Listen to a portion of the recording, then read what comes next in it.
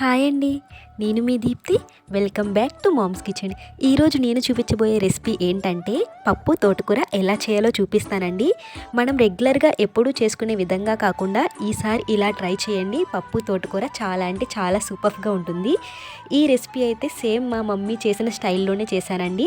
నాకు పప్పు చేయడం అంతలా రాదు, అయినా కూడా మా మమ్మీకి కాల్ చేసి పప్పు తోటకూర ఎలా చేయాలో కనుక్కొని మరీ చేశాను. నిజం చెప్పాలంటే నాకు పప్పు అస్సలు ఇష్టం ఉండదండి, కానీ ట్రై చేసిన తర్వాత నాకైతే పప్పు బాగా నచ్చిందండి. ఇంకా లేట్ చేయకుండా ప్రాసెస్లోకి వెళ్ళిపోదామా మరి. దీనికోసం ముందుగా ఒక 1/2 kg పప్పు అయితే తీసుకున్నానండి. కందిపప్పు తీసుకోవాలి. ఈ కందిపప్పుని 2 లేదా 3 సార్లు అయినా శుభ్రంగా వాష్ చేసుకోవాలండి. మీకు టైం ఉంటే ఒక గంట అయినా నానబెట్టండి, పప్పు ఇంకా టేస్ట్గా ఉంటుంది. ఈ పప్పులోకి ఒక కట్ట తోటకూర వరకు తీసుకున్నానండి. తోటకూరని చిన్న చిన్న ముక్కల కింద కట్ చేసుకుని తీసుకోవాలి. దీంట్లోకే ఒక 2 పెద్ద సైజు టమాటాలని తీసుకోవాలండి. వాటిని ఇలా చిన్న ముక్కల కింద కట్ చేసుకుని వేసుకోవాలి. అలాగే ఒక 5 లేదా 6 పచ్చిమిరపకాయలు వేసుకోవాలి. మీ స్పైసీనెస్కి తగ్గట్టుగా మీరు వేసుకోండి. దీంట్లోనే ఒక గుప్పెడు కొత్తిమీర కూడా వేసుకోవాలి. అలాగే ఒక పెద్ద నిమ్మకాయ సైజ్ అంతా చింతపండు కూడా వేసుకోవాలండి. పప్పు కొంచెం పుల్లగా ఉంటే బాగుంటుందని నేను చింతపండు యాడ్ చేశానండి. చింతపండు వద్దు అనుకుంటే ఇంకో 2 టమాటాలు ఎక్స్ట్రా వేసుకోండి. ఇప్పుడు దీంట్లోనే ఒక టేబుల్ స్పూన్ వరకు పసుపు, అలాగే ఒక 2.5 టేబుల్ స్పూన్స్ వరకు సాల్ట్ వేసుకోవాలండి. సాల్ట్ అనేది మీ టేస్ట్కి తగ్గట్టుగా మీరు అడ్జస్ట్ చేసుకుని వేసుకోండి. అలాగే ఒక 1/2 టేబుల్ స్పూన్ వరకు కారం కూడా వేసుకోండి. కారం నేను కొంచెం తక్కువగానే వేసుకుంటున్నాను, ఎందుకంటే గ్రీన్ చిల్లీ ఎక్కువగా తీసుకున్నాను కదా. ఇప్పుడు దీంట్లోనే ఒక 2 to 3 గ్లాసెస్ వరకు వాటర్ అయితే వేసుకోవాలండి.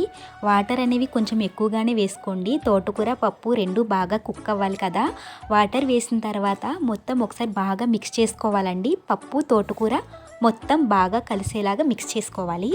ఈ పప్పు తోటకూర అయితే నేను నార్మల్ ప్యాన్లో చేసేస్తున్నానండి. ఒకవేళ మీరు కుక్కర్లో చేయాలనుకుంటే చేయండి. కుక్కర్లో అయితే 15 మినిట్స్ సరిపోతుంది. ఒకవేళ నార్మల్గా ఇలాంటి దాంట్లో చేస్తే గనక ఒక 1/2 అవర్ వరకు టైం పడుతుందండి. మినిమం ఒక 1/2 అవర్ పడుతుంది. మంటని లో ఫ్లేమ్లో పెట్టుకుని చేసుకోండి, ఫాస్ట్గా కుక్ అవుతుంది. హై ఫ్లేమ్లో పెడితే పప్పు అనేది మంచిగా కుక్ అవ్వదు. ఇప్పుడు పప్పు కొద్దిగా కుక్ అయిన తర్వాత దీంట్లో ఒక 2 టేబుల్ స్పూన్స్ వరకు ఆయిల్ వేసుకోవాలి. ఆయిల్ వేసిన తర్వాత మొత్తం ఒకసారి బాగా మిక్స్ చేసుకోవాలండి. చూసారు కదా, పప్పు తోటకూర అయితే బాగా కుక్ అయిపోయింది. వాటర్ ఏమీ లేకుండా మొత్తం ఇంకిపోయేలాగా కుక్ చేసుకోవాలండి. ఇప్పుడు పప్పుని తోటకూరని పప్పు రుబ్బుతో చాలా మెత్తగా రుబ్బుకోవాలండి. మీరు కావాలంటే మిక్సీలో కూడా వేసుకోవచ్చండి, కాకపోతే ఇలా పప్పు రుబ్బుతో రుబ్బుకోవడం వల్ల కొంచెం టేస్ట్ అనేది బాగుంటుంది. ఇప్పుడు దీంట్లోనే కొద్దిగా వాటర్ అనేది యాడ్ చేసుకోండి. మీరు పప్పు పల్చగా తింటే కొద్దిగా ఎక్కువ వాటర్ యాడ్ చేసుకోండి, లేదు మీడియంగా ఉంటే సరిపోతుందంటే కొంచెం తక్కువగా యాడ్ చేసుకోండి. ఇప్పుడు మనం పప్పు తాలింపు అయితే పెట్టేసుకుందాం. తాలింపు లేకపోతే పప్పు టేస్ట్ ఉండదు కదండి. ముందుగా ప్యాన్ తీసుకుని దాంట్లో ఒక 3 టేబుల్ స్పూన్స్ వరకు ఆయిల్ వేసుకోవాలి. ఆయిల్ అనేది కొద్దిగా హీట్ అయిన తర్వాత నేను చూపించిన పోపు దినుసులన్నీ వేసేసుకోవాలి. అలాగే ఒక 4 లేదా 5 పచ్చిమిరపకాయలని ఇలా సన్నగా చీల్చుకుని వేసుకోవాలి. అలాగే కొద్దిగా వెల్లుల్లి రెబ్బల్ని కచ్చా పచ్చగా దంచుకుని వేసుకోవాలి. దీంతోపాటు ఒక ఉల్లిపాయని ఇలా సన్నగా పొడుగ్గా తరుక్కుని వేసుకోవాలండి. ఇది కొద్దిగా ఫ్రై అయిన తర్వాత దీంట్లోనే కొద్దిగా కొత్తిమీర కూడా వేసుకోండి. నా దగ్గర కరివేపాకు లేదండి, కరివేపాకు మీకు అవైలబుల్గా ఉంటే అది కూడా యాడ్ చేసుకోండి. తాలింపు అంతటిని బాగా ఫ్రై అవనివ్వండి. తాలింపు ఎంత బాగా ఫ్రై అయితే పప్పు అనేది అంత టేస్ట్గా ఉంటుంది. తాలింపు అంతా బాగా ఫ్రై అయిన తర్వాత తాలింపు మొత్తాన్ని పప్పులో వేసేసుకోవడమేనండి. అంతేనండి, మా మమ్మీ నాకు నేర్పించిన పప్పు తోటకూర అయితే రెడీ అయిపోయింది.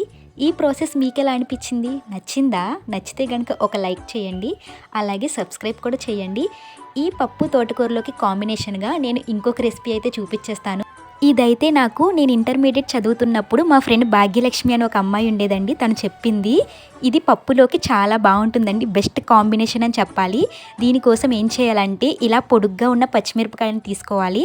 అది మధ్యలో కొద్దిగా చీల్చుకొని దాంట్లో సాల్ట్ అయితే పెట్టుకోవాలండి. సాల్ట్ పెట్టుకున్న తర్వాత ప్యాన్లో కొద్దిగా ఆయిల్ వేసుకుని పచ్చిమిరపకాయలని ఇలా ఫ్రై చేసుకుంటే సరిపోతుంది.